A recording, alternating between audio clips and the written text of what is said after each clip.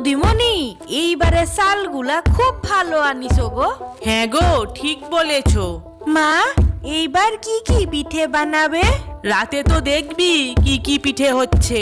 অনেকগুলা পিঠে বানাবে কিন্তু, আর আমি সব কটা পিঠে রাতে চুরি করে নিয়ে যাবো। না, একদম না। ও মা, দেখো না জেঠি কি বলে। আরে তুই রাতটুকু বসে পাহারা দিস। পোয়া পিঠেগুলা কি সুন্দর ফুলেছে। কি রে, পৌষ সংক্রান্তির দিন ভোরবেলা স্নান করতে হয়, তোদের তো এখনো ঘুমই ভাঙছে না। তাড়াতাড়ি ওঠ রে।